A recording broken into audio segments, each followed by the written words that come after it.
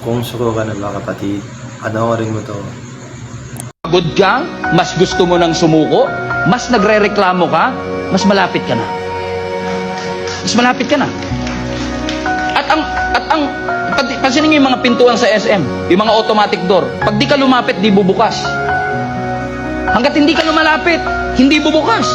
So keep pushing, keep persevering. Kahit wala. Kasi ano nangyari? Dahil si Daniel, hindi siya sumuko, nanalangin siya ng nanalangin. Ano sabi ng scripture? Hindi siya uminto sa pananalangin. In-intercept ng kaaway ang sagot sa kanyang panalangin. Pero ang Diyos, He's so good.